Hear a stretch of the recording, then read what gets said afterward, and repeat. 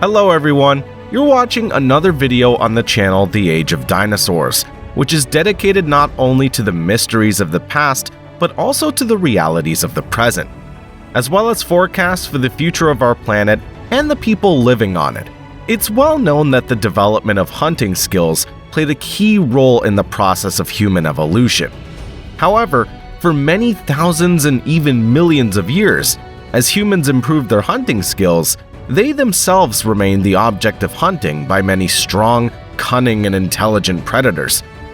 Who ate our distant ancestors while they hunted mammoths and other game? And who's the main enemy of mankind in the 21st century? Find out by watching the video to the end.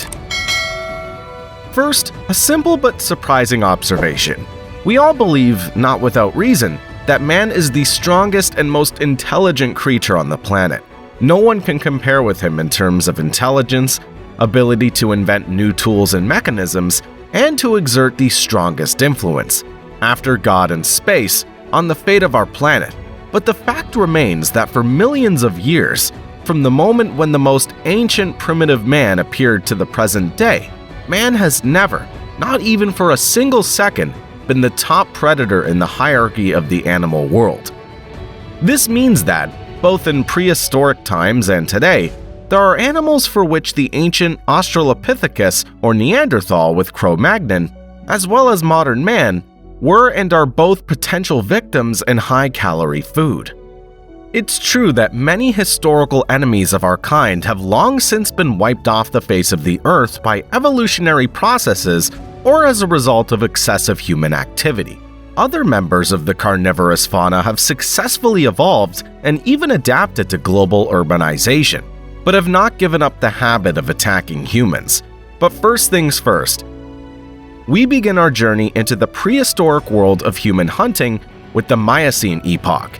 It was then, about 20 million years ago, that the oldest ancestor of modern man discovered by scientists, the proconsul, already existed on Earth. Probably the time of its existence fell at the time when chimpanzees and apes had not yet separated and were one species. Since proconsuls have features of both, with an average mass of 20 to 30 kilograms, these animals did not yet have the strength, skills, and intelligence in sufficient quantity to resist other carnivores of their time. Therefore, they were food for almost any predator that was larger and more agile than the proconsuls. However, as they evolved, acquired new skills, and spread across the planet, our ancient ancestors became increasingly tough for their natural enemies, and they, in turn, slowly but surely moved from the category of human hunters to their prey. The first of the real human species, Homo habilis, or experienced man, was still a tasty morsel for large predators. For example, for the ancient crocodile called Anthropophagus, and the name of the prehistoric 8-meter reptile speaks for itself. Translated, the term means nothing more than man-eater. Fossil remains of this crocodile were discovered in 2007 in one of the canyons of Africa, together with fossilized skeletal fragments of two species of humans, representatives of Homo sapiens and Paranthropus boi. By the way, it's the Paranthropus who are considered to be the first humans to learn how to make stone tools. Research has allowed us to assume with a high degree of certainty that man-eating crocodiles have been attacking humans for many thousands of years, not just occasionally, as is the case today. Most likely, our ancestors were a significant part of the diet of these ruthless reptiles. Another fierce and ruthless hunter of humans for many centuries and millennia was the saber-toothed cat. This animal is often called a saber-toothed tiger, although from a scientific point of view, this term's not correct. Scientists themselves usually call these extinct animals smilodons. They existed for more than 2 million years, including in parallel with various species of ancient humans, and they only became extinct about 10,000 years ago. In terms of size, saber-toothed cats were significantly larger than all existing cats, and could weigh up to half a ton. The closest contact between saber-toothed cats and ancient humans most likely occurred during the existence of Heidelberg man.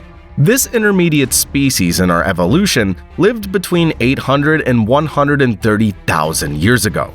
They were a descendant of the first representatives of the species erect man, and an ancestor of Neanderthal man, our direct predecessor. In a literally deadly battle between humans and saber-toothed tigers, the latter ultimately suffered a crushing defeat. Although our ancestors didn't eat these huge cats, they were able to defeat them indirectly.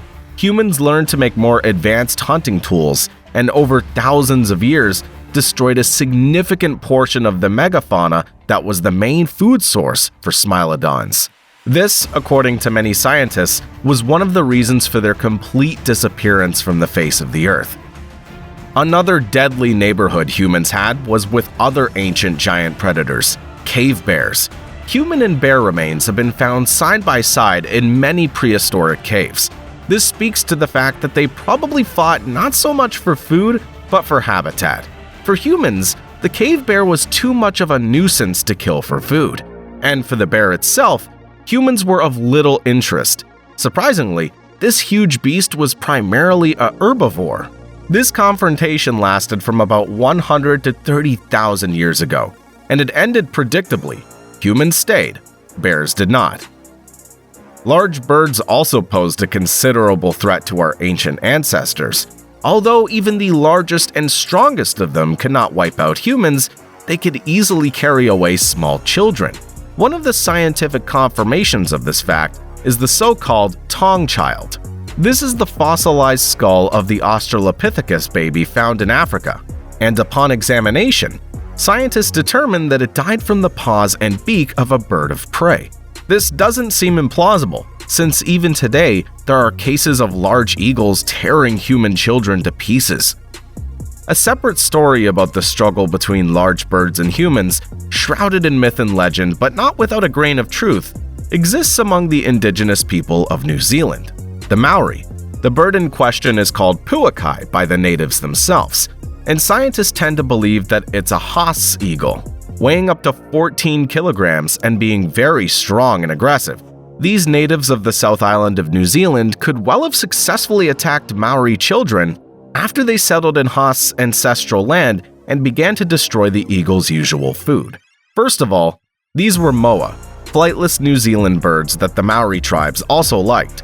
As a result, Haas eagles suffered the same sad fate as cave bears, saber-toothed cats, and many other ancient species.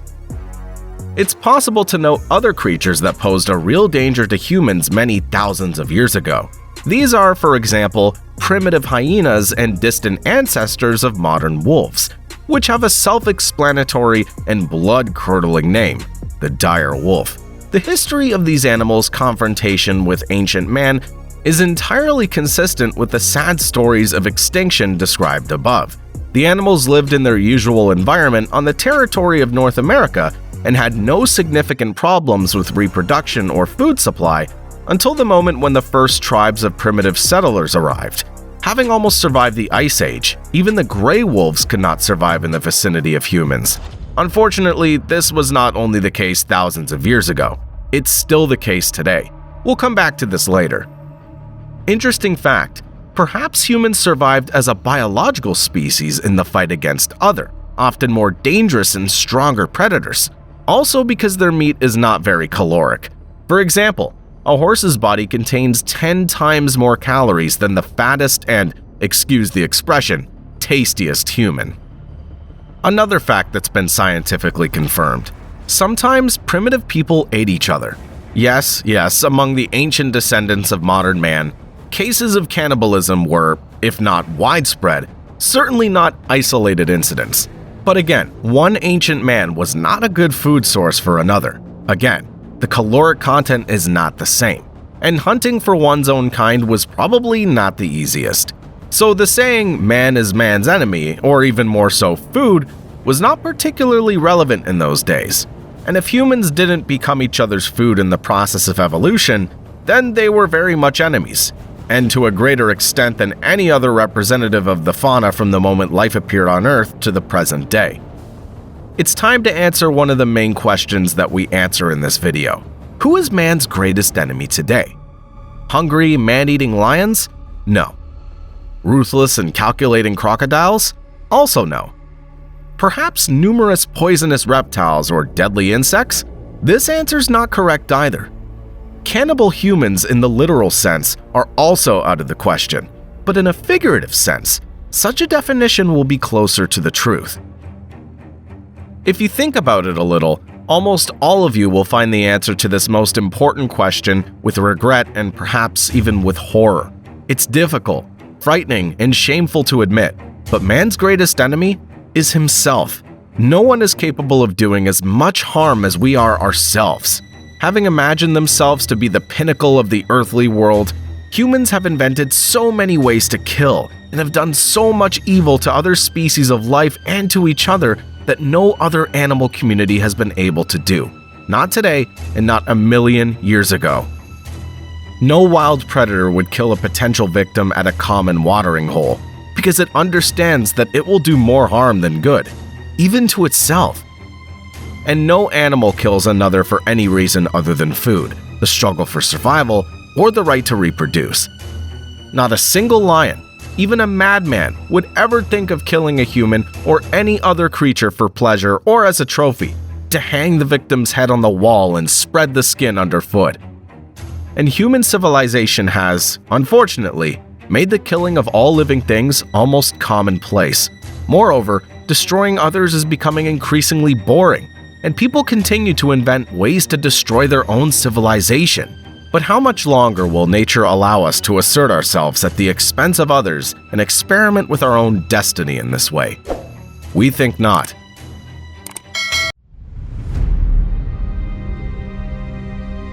Hello! We're glad to see you again on the channel The Age of Dinosaurs, where you can always learn a lot of interesting things about the past of our planet and the history of human development. Today, we'll talk about Neanderthals, ancient people who ceased to exist about 30,000 years ago. Why did this hominid, strong and extremely developed for its time, not only physically but also intellectually become extinct? Did the Neanderthals manage to leave a genetic legacy for modern people? And in general, are they the direct ancestors of Homo sapiens? You'll find out the answers to these and many other questions right now. And your likes, subscriptions, and comments will be a great way for us to evaluate our work and invaluable help in creating the next videos. Let's begin. Neanderthal. From the school curriculum, we know that this hominid was named after the area in Germany where their remains were found. But you probably don't know that the skull fragments discovered in the German Neanderthal gorge were not the first finds of this species of people, but the third. Here, the bones were discovered only in 1856. The first skull, called Angus II, was discovered on the territory of modern Belgium almost 30 years earlier, and the second such find, dated 1848, was a skull called Gibraltar I. In the following decades, scientists and ordinary people found a fairly large number of Neanderthal remains of various ages and in different parts of Europe, Central Asia, the Near and Middle East. This made it possible to create a general picture of the existence of these ancient people and understand their appearance and level of development, and also to put forward many theories about the possible disappearance of the population, from purely scientific to almost fantastic. For many decades, scientists believed that the Neanderthal was the missing part of the evolutionary chain that turned the most ancient Pithecanthropus into Homo sapiens. It was believed that these hominids stood in evolution before the Cro-Magnons. There were no other options for replacing the missing link at that time, just as there were no modern technologies and analytical methods that could refute this assumption. Therefore, scientists weren't embarrassed even by the fact that, according to their anatomical features, the Neanderthal didn't really fit between the most ancient man and a representative of modern people. And in order to squeeze them into this conditional framework, they were credited, for example, with walking on bent legs, which is now being seriously questioned. It's also not taken into account that, according to many of their features, the supposedly primitive Neanderthals were more developed than the advanced Cro-Magnons. But with the development of science, scientists made a number of truly sensational discoveries and convincingly proved that the Neanderthals are not the direct ancestors of today's sapiens, and the presence of several percent of common genes with modern Europeans and Asians does not prove a direct relationship. Probably, the genes were inherited by us either from a common, even more ancient ancestor, or were obtained from possible crossing of Neanderthals with other ancient people. For example, the already mentioned Cro-Magnons, who are considered today to be our direct ancestors. As for the representatives of the modern African race, it was in Africa that the first upright hominids appeared. The presence of Neanderthal genes in them is at the level of several tenths of 1%. So the Neanderthal doesn't stand in the evolutionary chain of the human race, but they are our parallel species. But how did it happen that the Neanderthals turned out to be the main losers with very promising starting positions? After all, it's known that they had a very developed brain, even larger than that of modern humans. In terms of strength, endurance, muscle volume, and shoulder width, even the women of these tribes were larger than most European representatives of the stronger sex. The barrel-shaped chest was also more impressive in size. And in general, although the Cro-Magnons in their appearance, body structure, and cranium were much more similar to modern humans, the Neanderthals were definitely more developed, both physically and intellectually. In addition, they didn't need to cover huge distances to live.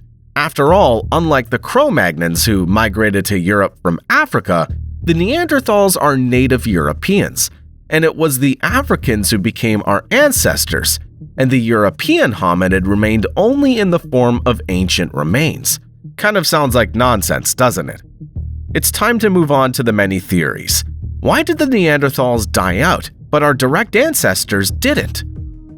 Here's theory number 1. Just the excellent physical shape and development of all parts of the body could have become one of the most probable reasons for the loss of the Neanderthals in the battle for evolution. Modern research has helped to prove that to maintain their shape, massive and athletic representatives of this species of people needed about a third more calories than the taller but slender Cro-Magnons. And where Homo sapiens felt quite comfortable and well-fed, the Neanderthal was literally already starving.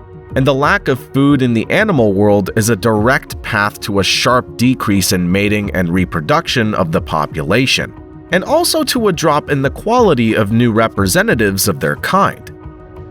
Climate change is another of the most common versions, which scientists considered and consider more or less probable. However, now we know again that by the time the Neanderthals began to die out en masse, the climate on Earth was already significantly more comfortable than the times when they, despite the peak of the Ice Age and the most extreme conditions, actively reproduced and settled across Europe. Even their blood vessels and the sinuses were adapted to better warm the air before it entered the body. And the children of Africa, where they have hot climates, turned out to be stronger. However, along with possible doubts and criticism, there are also very convincing facts in support of the weather version, which even today indicate its likelihood. Thus, it can be assumed that a sharp and frequent climate change could not have killed the Neanderthals themselves, but led to a catastrophic reduction in their main food base, other species of animals that they hunted for tens of thousands of years. Another hypothesis suggests a possible weak reproductive instinct and a small number of groups within one family or small tribe. You can judge for yourself. Neanderthals lived mainly in groups of 10 to 20 people, while the ancestors of Homo sapiens, who existed for some time in parallel with them, lived, reproduced, and survived even in difficult conditions, gathering in groups of 130 or more individuals. A smaller number of people living separately and interbreeding within their group inevitably leads to the decline of the race and genetic instability. The next in a series of probable versions of the development of events is the absorption of Neanderthals by more active and numerous tribes through their destruction and assimilation.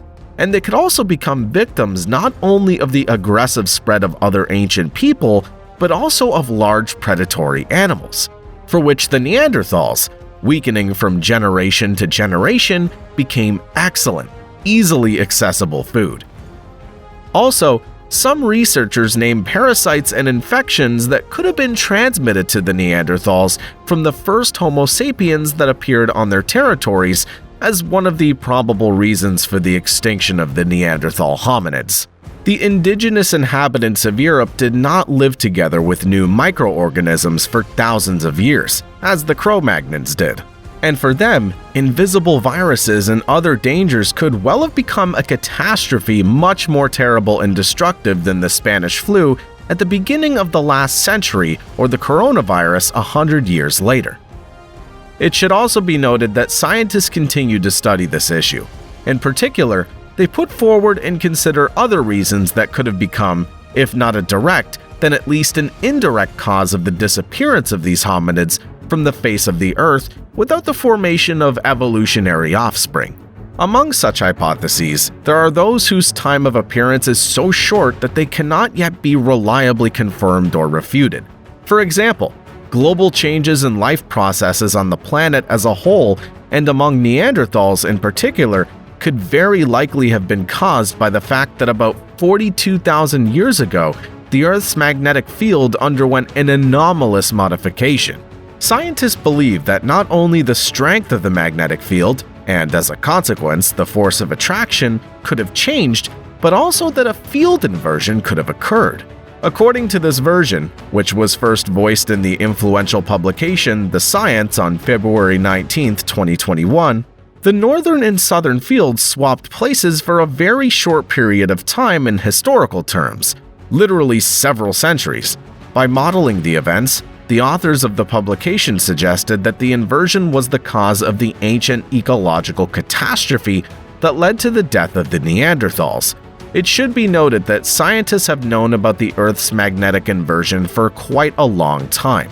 However, the overwhelming majority of the scientific community agreed that the last time the arrows of the then non-existent compass showed opposite directions was long before the appearance of Homo sapiens and even Neanderthals, about 800,000 years ago.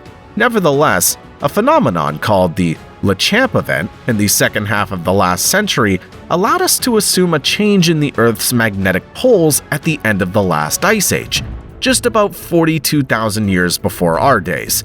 Lechamp is the name of a prehistoric lava flow in central France, during the study of which geomagnetic changes were established.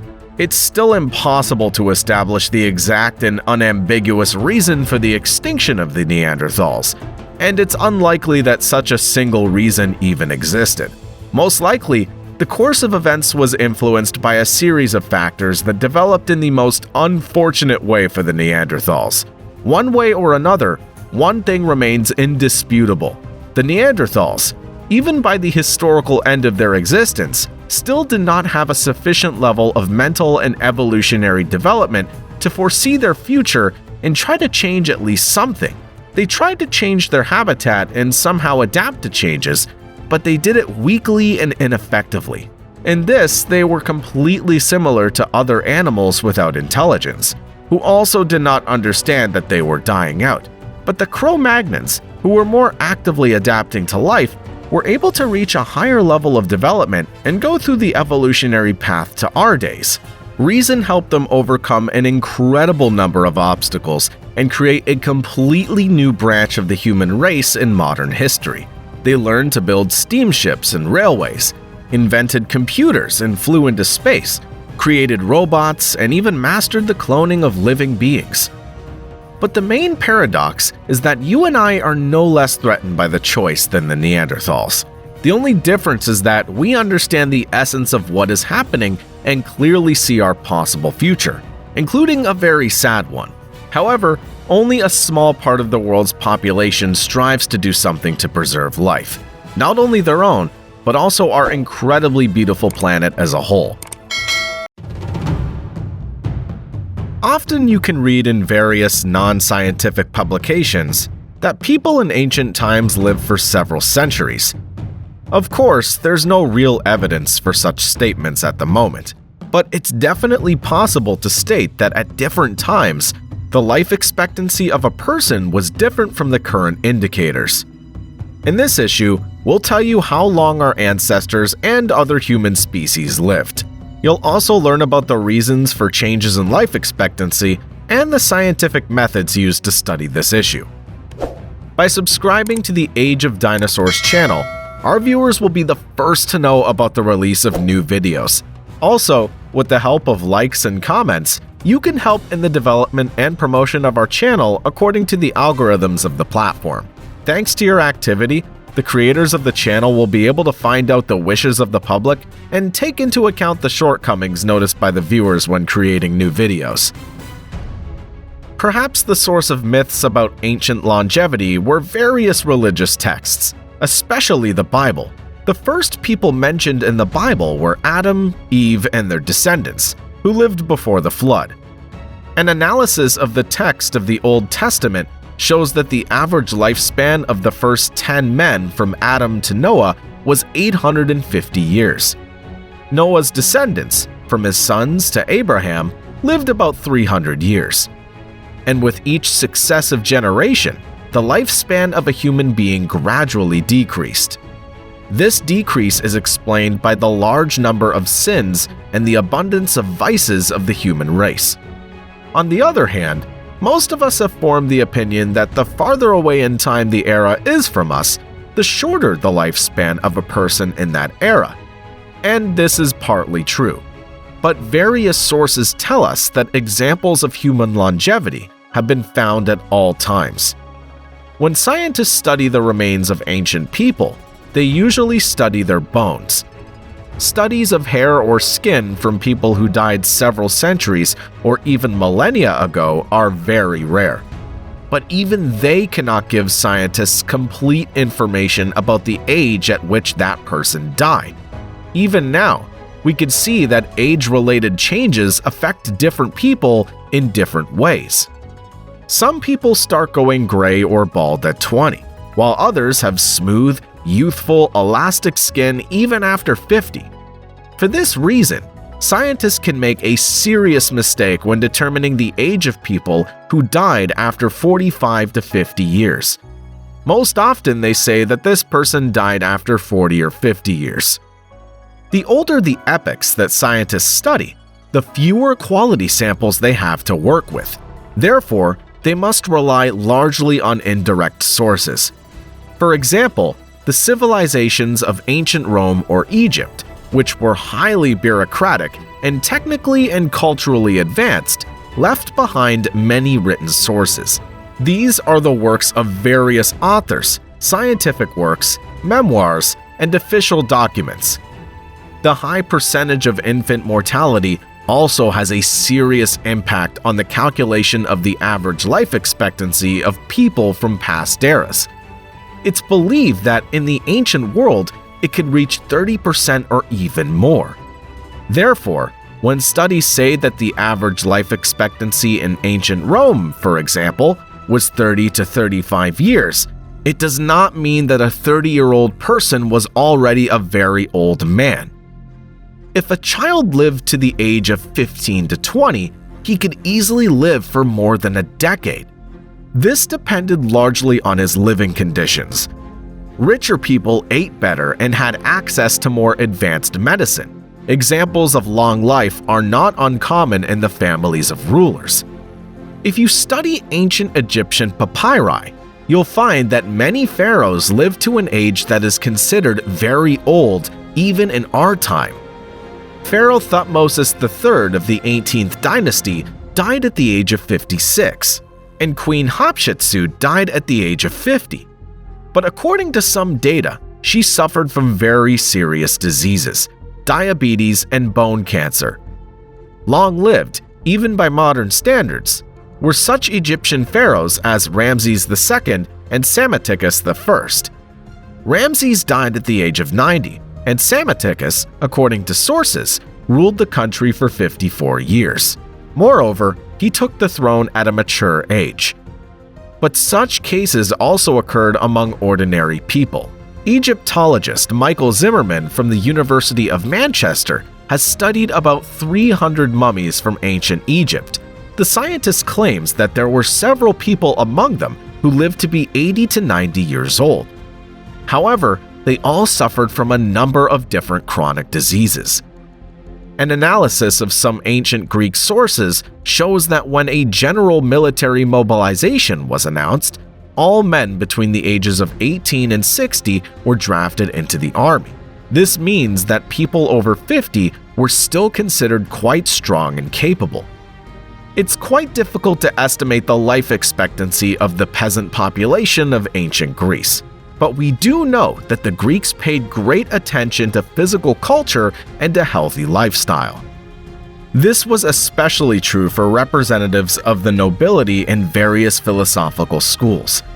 It's known that many great scientists and philosophers lived to a very respectable age. The mathematician Pythagoras, for example, died at the age of 75. The founder of modern medicine, Hippocrates, as well as the philosopher Democritus and the playwright Sophocles lived to 90. The poet Xenophanes to 95, and the philosopher Gorgias to 108. In ancient Rome, the average life expectancy of ordinary people was slightly lower than in Greece, but sources tell us that the age of the most experienced legionaries, Trirus, was on average 40 to 45 years. There is practically no objective data on the life expectancy of ordinary peasants and townspeople in the Roman Empire. However, the maximum age of the wealthier classes of the population can be judged by the age from which one could hold various government positions. The Romans believed that only experienced and wealthy citizens could participate in government. Therefore, property and age qualifications were established for those who wished to run for certain offices. To become a quaestor, or treasurer, a man had to be 27 years old. A man who had reached the age of 40 could become a praetor, the consul's deputy in judicial and civil matters, and a citizen no younger than 42 could be elected consul. In 1994, a group of scientists examined more than 300 tombstones of male citizens of the Roman Empire. They found that the average age of death was 72. If you believe the inscription on one of the tombstones, there were some real long livers back then. Another source to judge the longevity of Roman citizens is Pliny the Elder's work Natural History. This unique encyclopedia was written around 77 AD. In it, the author talks about several long-lived people he knew. In particular, Pliny writes that the wife of the politician, Marcus Tullius Cicero, named Terentia, was 103 years old at the time.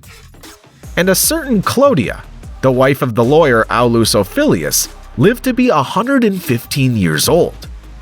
Of course, from a scientific point of view, such sources are not entirely reliable.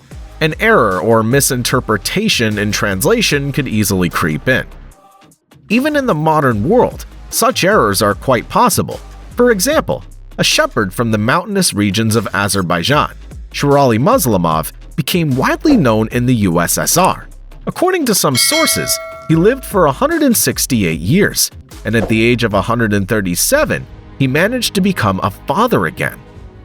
In principle, a long life is not very rare in this region. Sherali's parents are believed to have lived more than 100 years. His daughter also recently surpassed that mark. But the Caucasian long liver himself was not included in the Guinness Book of Records for one simple reason: he did not have a birth certificate.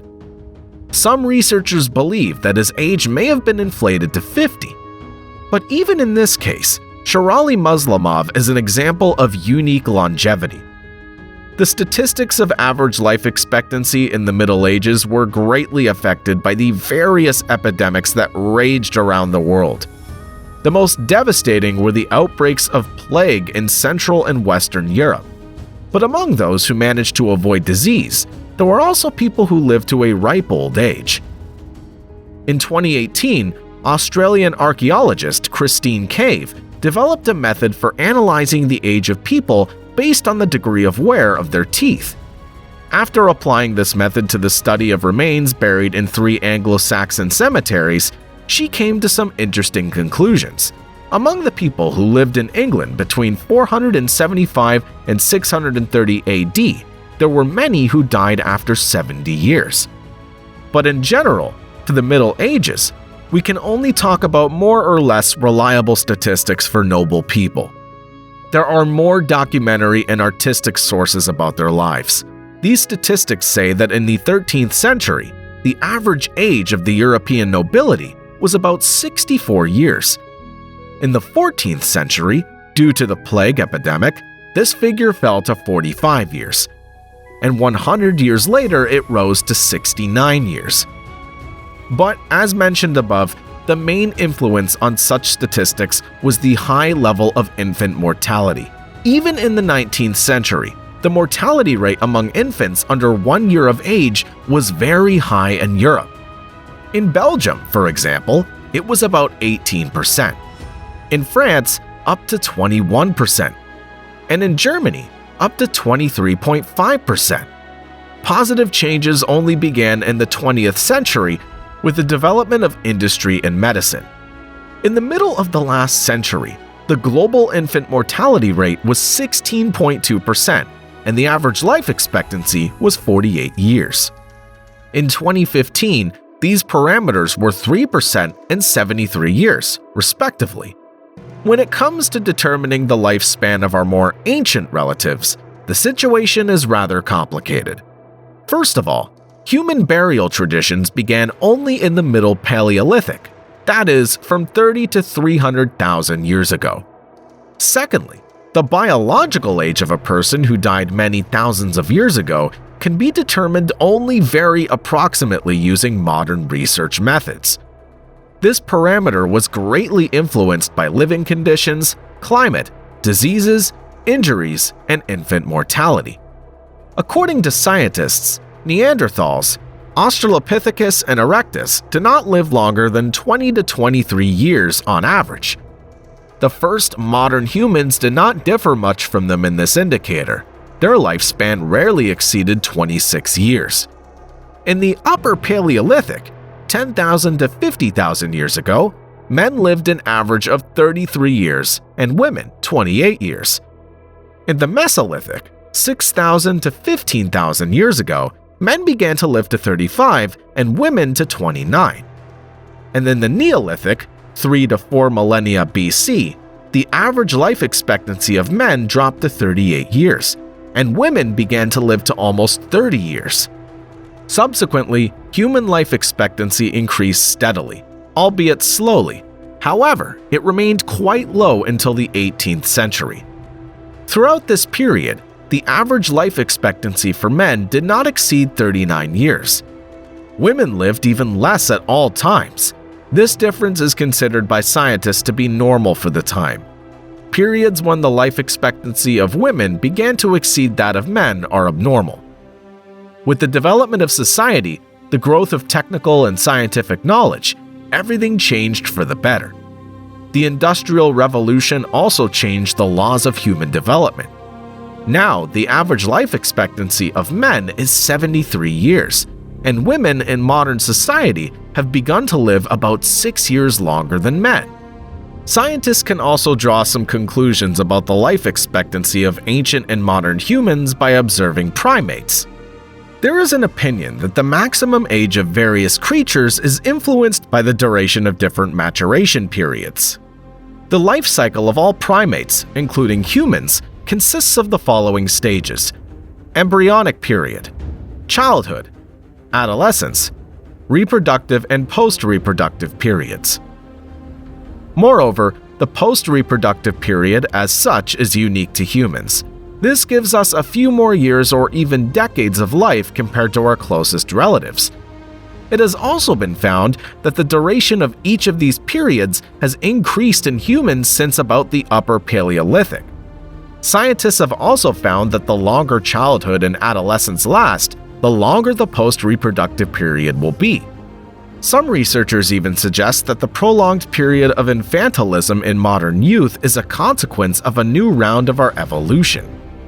Scientists now divide people into two types that differ in their rate of maturation. The first type are those who mature early and age just as early. This tendency appeared in the Stone Age and is considered traditional. This option is not common in the modern world among the indigenous peoples of the North. People of the second type mature slowly and live longer. In such people of the new type, the skeletal system takes longer to form and age-related changes occur more slowly. Also, in some populations of modern humans, a third intermediate type of people can be found. The study of changes in human life expectancy throughout history poses many mysteries to scientists. One of them is the discrepancy between average height and average life expectancy in the Iron Age. Previously, it was believed that life expectancy was directly influenced by the quality of life. That is, the better the environment, nutrition, absence of wars and diseases, the longer people lived and the higher their average height. But with the onset of the Iron Age, humans became shorter and lived longer than in the preceding Bronze Age. Neither climate change nor the peculiarities of human settlement provided an answer to this mystery. It was only after a detailed study of the dental enamel on the remains of people from that time that the reason for the discrepancy could be found. The teeth of people who switched to sedentary agriculture were characterized by peculiar infections and enamel damage from tartar. It turned out that people at that time began to eat better, which affected the increase in average life expectancy. And their small stature was a consequence of greater crowding and the development of various infectious diseases. In summary, we could say that human life expectancy depends on such factors as the quality and quantity of food, the presence or absence of diseases, and the development of society at a given stage. Moreover, this is obvious both for our species and for all our ancestors or relatives. Our lives today are much easier and more comfortable than those of our distant ancestors.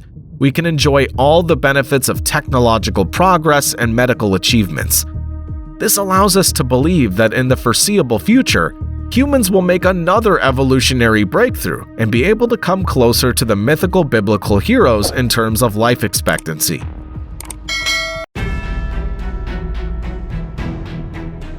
During the evolution of life on our planet, there have been a great number of different land animals.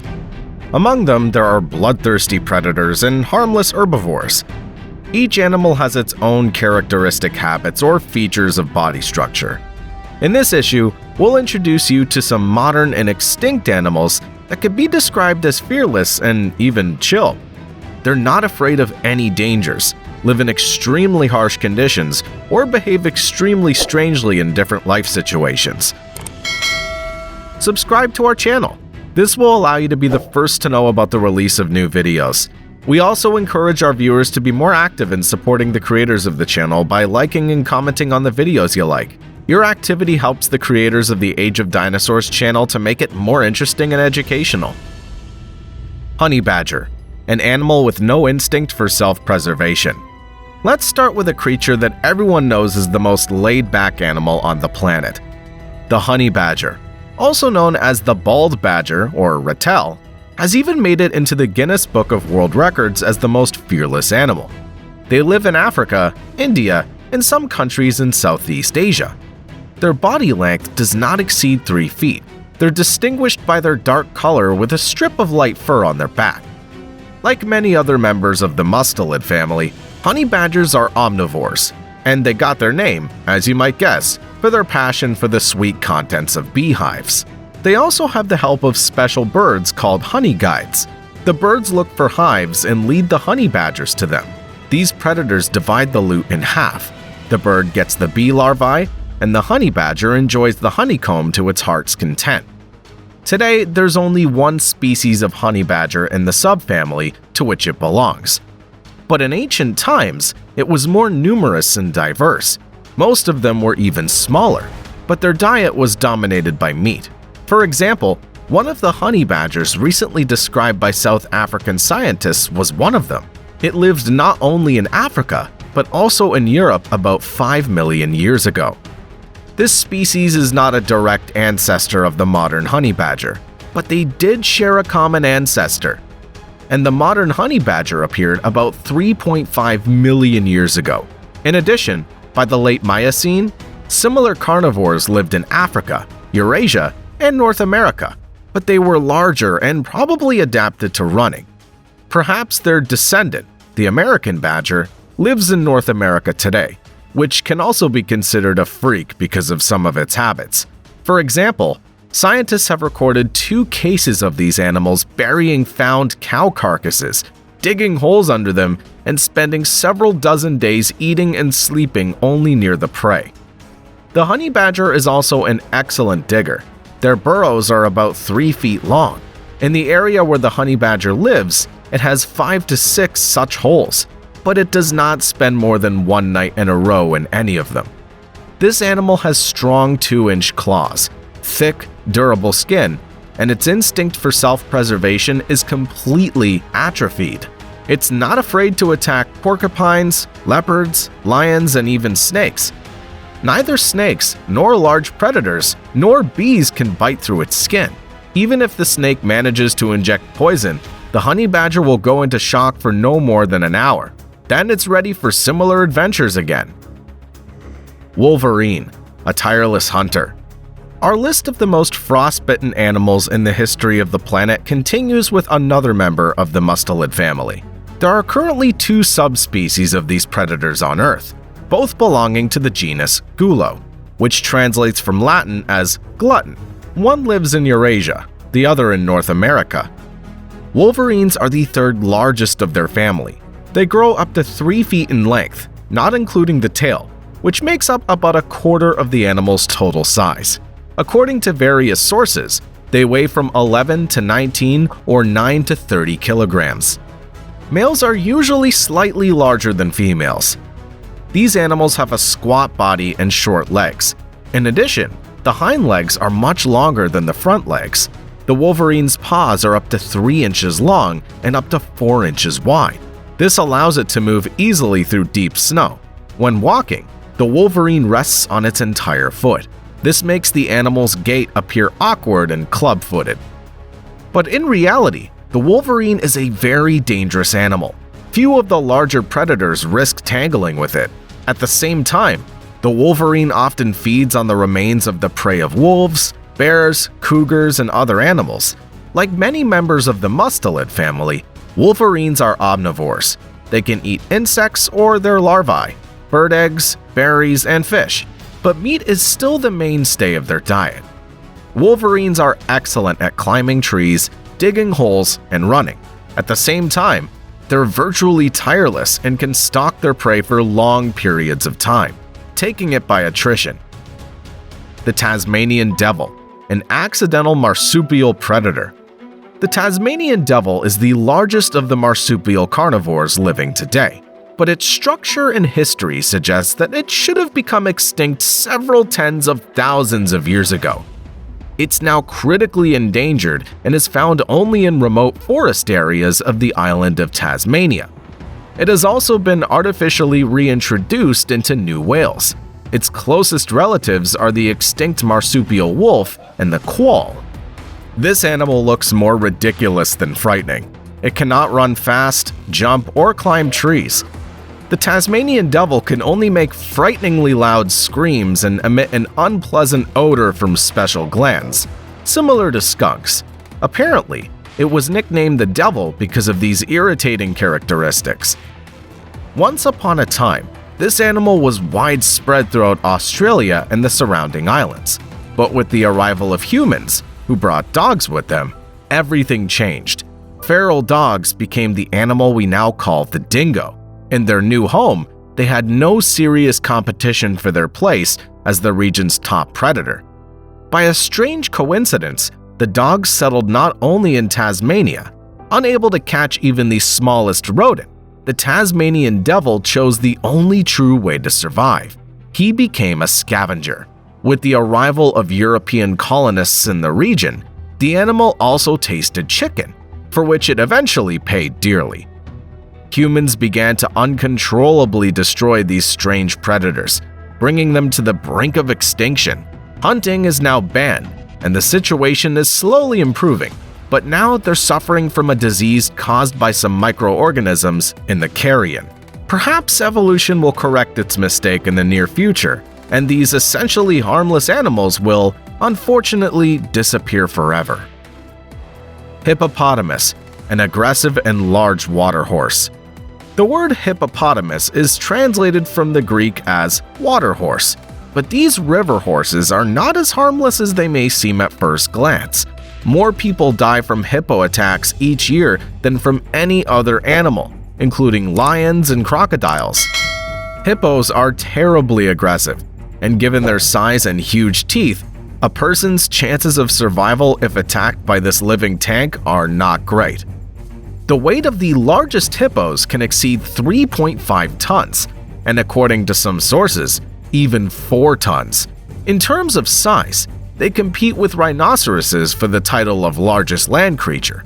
However, on average, hippos weigh no more than 1.5 to 2 tons. The canine teeth of male hippos can grow up to 20 inches, and one of the Belgian museums has a canine tooth that is more than 25 inches long. With these fangs, the males inflict deadly wounds on each other during fights for females. Often, one of the combatants dies after such fights. If a hippo feels that someone is a danger to it or its offspring, it will attack the offender immediately. Hippos are capable of overturning boats and crushing offenders with their hooves. They run quite fast and swim well. Hippos are practically the only creatures that can swim to the edge of a waterfall without fear. Now, the common hippo and the pygmy hippo live in natural conditions. Both species live in Africa, and in the distant Pleistocene, several species of these animals lived in Europe and Asia. By the way, the modern species are descendants of those that moved back to Africa from Europe. Moreover, their closest relatives are whales, although until recently it was believed that hippos were closely related to pigs. Interesting fact, another population of hippos now lives in South America. They escaped from the ruined estate of Colombian drug lord Pablo Escobar after his death in 1993. His personal zoo included 4 hippos. The locals nicknamed them cocaine hippos. Today, about 100 of these giants live along the banks of the Magdalena River. In the absence of natural predators, almost all of the young survive to adulthood. The local ecosystem is threatened with ecological disaster, and scientists are sounding the alarm, trying to find a way to get rid of the aliens from Africa. Entelodont, a carnivorous pig that terrorized half the world. In the distant Oligocene era, some of the most ferocious predators were members of the family Entelodontidae. They're distant relatives of the same hippos and modern pigs. They apparently originated in the area of modern Mongolia and settled throughout Eurasia as far north as Italy. Some species even lived in North America. These were rather strange creatures in structure. They were somewhat similar to modern wild boars, only they grew much larger. The largest known member of the family is the Daeodon, which lived in North America from 19 to 29 million years ago and could weigh up to 1 ton and grow up to 12 feet long and 6 feet tall. The Entelodont, which lived in Eurasia from 20 to 36 million years ago and gave the entire family its name, weighed an average of 250 to 350 kilograms and had a body length of up to 7 feet. But the main characteristic of all types of entelodonts is a huge toothy mouth. Although these ancient pigs were omnivores, they're believed to have been leaders in their ecosystems. They hunted other hoofed animals, could take prey from a lion or a bear, and did not disdain carrion. Scientists often find evidence of cannibalism in entelodonts. Majungasaurus, the only cannibal among the dinosaurs. Of course, we cannot help but include someone from the dinosaur era in our assessment of the most frostbitten creatures in the history of the planet. No doubt, many of our viewers will name one of the predatory theropods. Undoubtedly, T-Rex, Allosaurus, and their many relatives deserve to be included in this list. But we've chosen a lesser-known species of bipedal carnivorous lizard from the Mesozoic era. Majungasaurus, which belongs to the family Abelisauridae, lived in one place on Earth, on the territory of the island of Madagascar during the Cretaceous period. At that time, this large island had long since separated from the Hindustan Peninsula and was gradually approaching the African coast. Therefore, most of the relatives of Majungasaurus were discovered on the territory of Eurasia. This dinosaur had a body length of up to 23 feet and could weigh up to 750 or up to 1,100 kilograms. According to various estimates, outwardly, Majungasaurus was a classic theropod. Only their front legs were not completely atrophied. They also had wider jaws. Their skulls had a characteristic thickening and a peculiar horn on the forehead. Perhaps they served as weapons or were used to fight for females. On the island of Madagascar, isolated from the rest of the world, the main food source for such large predators was the Rapadosaurus that lived there, relatively small sauropods for their kind of dinosaur. But many researchers believe that Majungasaurus used a unique hunting method for bipedal predators. The structure of its body and the shape of its teeth suggest that it relied on a single bite. This is what modern cats do, biting into the throat of their prey and strangling it. Other predatory sauropods most likely inflicted multiple painful bites on their prey, as do animals in the canine family. Majungasaurus is also the only dinosaur for which cannibalism has been reliably demonstrated. However, it's not entirely clear whether they killed each other or simply ate the bodies of their dead relatives. Enhydriodon, an otter that decided it was a lion. Once again, a member of the mustelid family appears in our rating, but this time it's extinct. Several species of Enhydriodon lived in India, Pakistan, and Africa about 3.5 million years ago. But if the Asian Miocene otters were about the same as their modern descendants, then the African ones decided to stand out from the general group. These animals are the largest mustelids in the history of the planet. According to some estimates, they could weigh from 100 to 200 kilograms and were about the same size as modern lions. Apparently, Enhydriodons adopted a completely lion-like behavioral model. They completely abandoned fish, crustaceans, and other aquatic life. These predators practically did not live in the water. They hunted in coastal thickets and ambushed antelope, horses, and other hoofed animals. Perhaps their diet included our distant relatives, Australopithecus. Cassowary decided to prove that dinosaurs did not die out. We decided to end today's issue with a story about the most dangerous bird for humans. That is why cassowaries have been included in the Guinness Book of World Records. There are currently 3 species of cassowaries in Australia. They don't differ much from each other, mainly in color. These flightless birds can grow up to 6 to 7 feet long. This is not immediately noticeable, however, as they walk stooped. Of all modern birds, they're second only to the ostrich in size.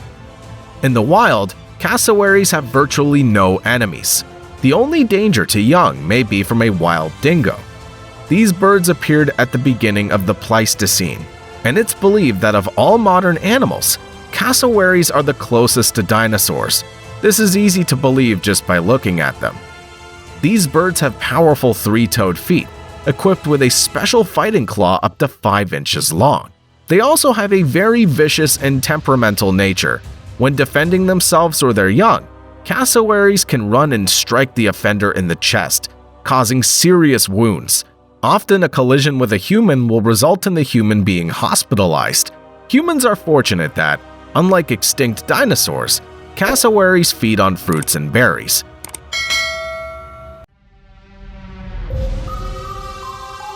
Today's episode kicks off a new series of videos about the most unusual inhabitants of water, land, and sky in the history of our planet. But this time, we want to introduce our viewers to more than just amazing or strange creatures. We want to dedicate this series to the most cool animals that have inhabited the Earth at different times. Often, the animals that stand out for their fearlessness and complete disregard for the dangers of the world around them are not the largest in size. And not all of them occupy the upper levels of the food pyramid.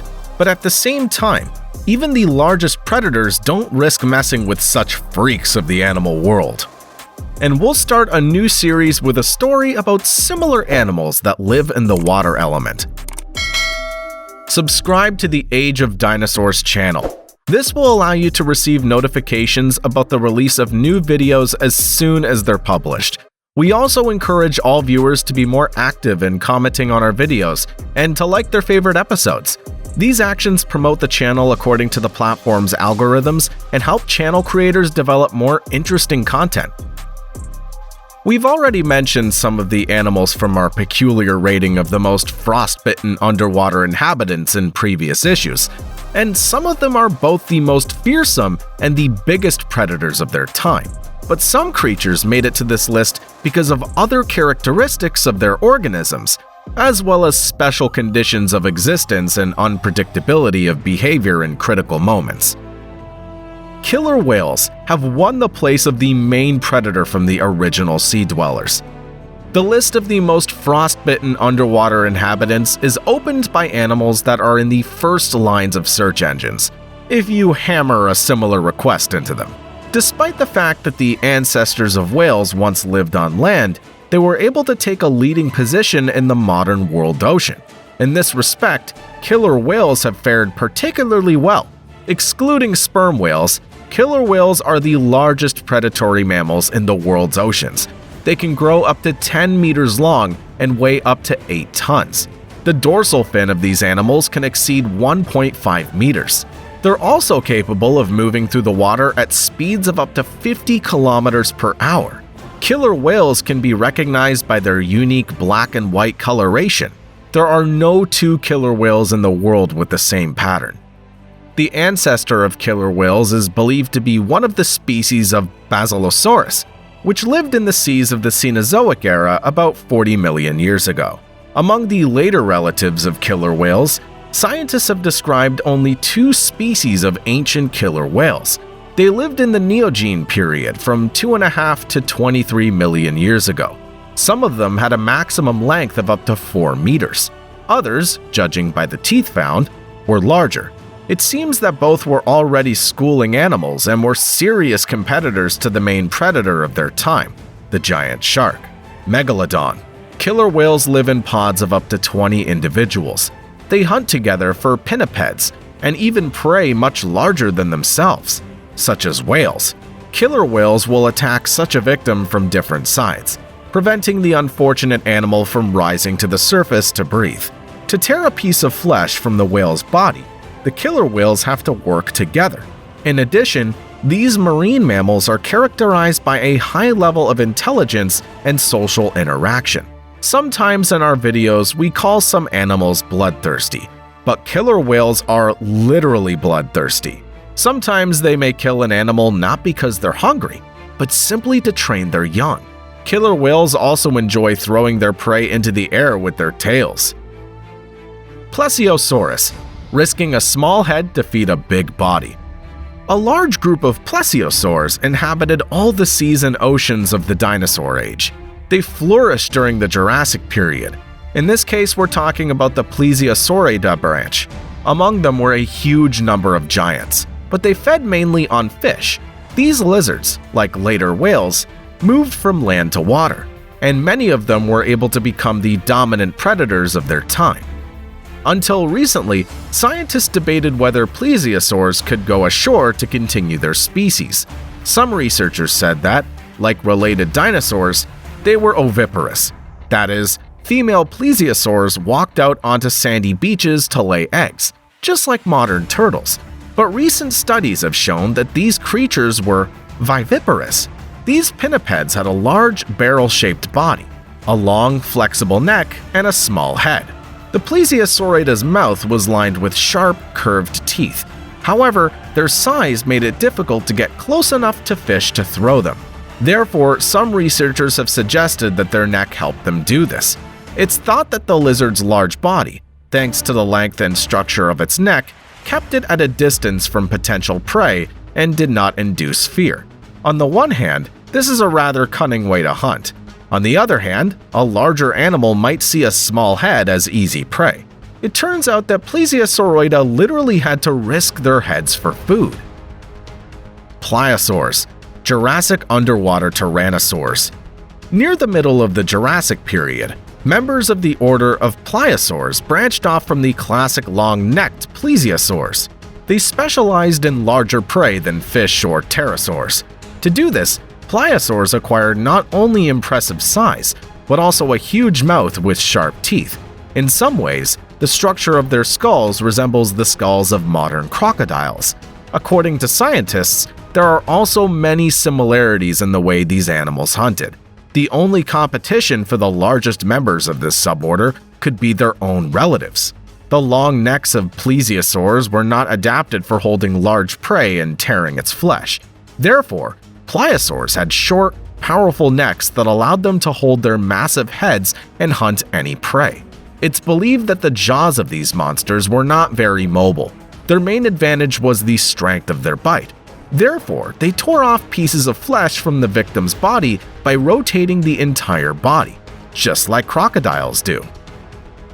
Echolopter, a Devonian nightmare. One of the dominant animal species in the Devonian seas were arthropods, especially eurypterids. None of the then inhabitants of our planet could resist these creatures, encased in a shell and armed with terrible claws. And the most fearsome of the eurypterids was undoubtedly the echolopter. It didn't differ from its relatives, but it was much larger than all of them. According to the latest estimates, the body length of this eurypterid was between 2.3 and 2.6 meters. This makes it the largest arthropod in the history of the planet. Its claws could easily bite through both the strong shells of trilobites and the armor of their smaller relatives.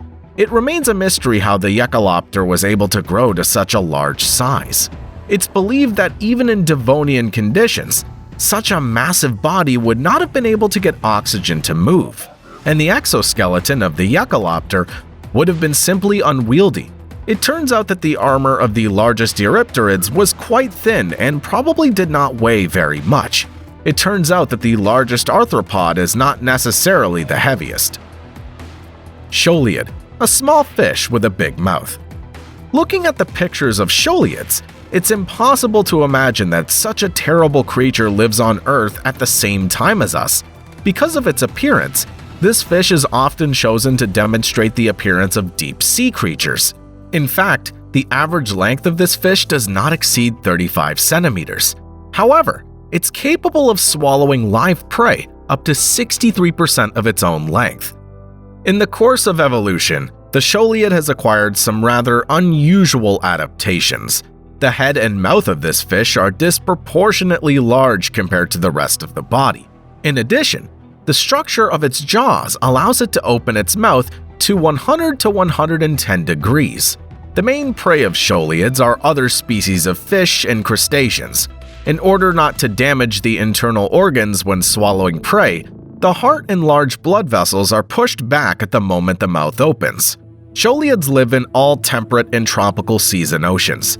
They usually hunt at depths of 500 to 1,000 meters, but some of them live at depths of up to 4 kilometers. Like many other deep-sea predators, shoaliids have a toothed mouth as well as luminescent elements on their bodies. They use them to attract prey or to communicate with each other. Giant squid, the kraken of ancient legends. Legends about giant monsters armed with tentacles have been known to mankind since ancient times. Even in the Middle Ages, few believed the sailors who told them that a monster lived in the depths of the ocean and dragged ships and their crews to the bottom. Most likely, all these legends arose after an encounter with giant squids, Architeuthis. In total, at least 8 species of giant squid belong to this genus. Most of them live in tropical, subtropical, and temperate waters, but at least one species lives closer to the North Pole. According to various estimates, their body length can reach 18 meters, and their weight is 1 ton. They have 10 tentacles, one pair of which is grasping. Squids are also armed with a powerful beak, similar in appearance to a parrot's beak. This beak is made of chitin and has a unique structure. It's softer at the base and very strong at the tip, allowing it to be painlessly articulated to soft tissues. Some scientists are even trying to replicate this design to improve human prostheses. Human encounters with giant squid are extremely rare. These largest cephalopods in history live at great depths.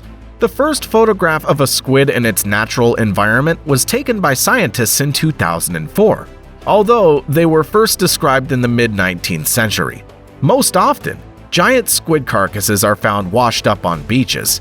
As a result, very little is known about their behavior and habits. Only a few cases of giant squid attacks on ships have been documented, and all of them are only confirmed by eyewitness accounts. Most likely, Architeuthis have virtually no real enemies. They're known to be prey to sperm whales and their own relatives. Scientists judge the battles of the giants of the underwater world only by the traces of suckers on the skin of sperm whales and by the contents of the whales' stomachs. It's believed that the octopus had no chance against a sperm whale, but no one had the chance to observe such a battle live. Bull shark, the prototype of the monster from the movie Jaws. Despite its small size, the bull shark is one of the 3 most dangerous species of cartilaginous fish for humans. The white shark and the tiger shark are also among the leaders in the number of attacks on humans. However, the likelihood of a collision with a bull shark is much higher due to its habitat and some evolutionary features of its body. The maximum length of a bull shark does not exceed 4 meters, but such large specimens are extremely rare for scientists. On average, the body length of males doesn't exceed 228 centimeters, and females 242 centimeters. Only representatives of one population living off the coast of North America grow to 270 and 284 centimeters respectively. In general, these fierce predators live in the coastal waters of the tropical and subtropical zones of both American continents, Africa, South Asia, and the Pacific Islands up to Australia. Other sharks that are potentially dangerous to humans usually live in the open ocean far from the coast, and the blunt-nosed shark is capable of entering rivers at a great distance from the coast. This is due to their life cycle. Bull sharks reproduce in rivers. They also spend the first few years of their lives in fresh water. Some features of the body of these fish allow them to stay in water with low salt concentration for a long time. At the same time, they search for their prey on the surface, and they search for their prey from the depths. Therefore, they perceive swimmers or small boats as a possible source of food. There's evidence of these sharks chasing small boats. A bull shark requires a depth of up to 2 meters for a comfortable existence. It's believed that attacks attributed to some freshwater shark species are actually committed by bull sharks. These sharks have also been seen in the flooded streets of some Australian cities during floods. They inspired Peter Benchley to write the novel Jaws, from which Steven Spielberg made the movie of the same name. Piranha, a small fish that fears no one. The predatory nature and bloodthirstiness of this South American freshwater fish has inspired many legends and works of art. In fact, not all piranhas are carnivorous. There are about 30 species in this family. They range in length from 15 to 110 centimeters. The most familiar to the general public, the common piranha, grows up to 40 to 60 centimeters. The name of this carnivorous fish comes from the language of an Indian tribe and means evil fish. Piranhas hunt in packs and are not afraid to attack very large animals. Even crocodiles don't risk getting involved with a school of piranhas and prefer to flee. However, some hobbyists breed them in aquariums. It's believed that they're not able to live in freezing waters, but at the same time, they adapt quickly to new conditions. There are known cases of piranhas being caught in Poland, Belarus, and the Rostov and Sverdlovsk regions of Russia. Most likely, these fish were released from home aquariums into local waters. They belong to the ray-finned fishes, and they're either singled out as a separate family of piranhas, or they're referred to the family of characins. The exact origins of piranhas is still unknown. In Bolivia, however, teeth similar in structure and shape have been found that are 60 to 73 million years old, and in sediments about 38 million years old. Teeth have been found that definitely belong to piranhas. Scientists have also described at least one species of Miocene piranha that lived between 5 and 22 million years ago. These fish have sharp triangular teeth and a bite of tremendous force. Experiments have shown that piranhas can break a wooden stick with a single bite. To do this, Their jaws have evolved into a kind of lever that exerts great pressure even when they bite with their front teeth. An amazing feature of piranhas is their ability to make a variety of sounds. Fish taken out of the water bark. In the process of fighting for food, they also make sounds similar to drumming and croaking. In conclusion, as always, we would like to thank all viewers who watched this video to the end. If you would like to learn more about the animals that inhabited our planet at different times, we recommend that you pay attention to the previous releases posted on the Age of Dinosaurs channel. They also talk about the appearance and evolution of various living organisms, the development of human society, and the problems of modern ecology.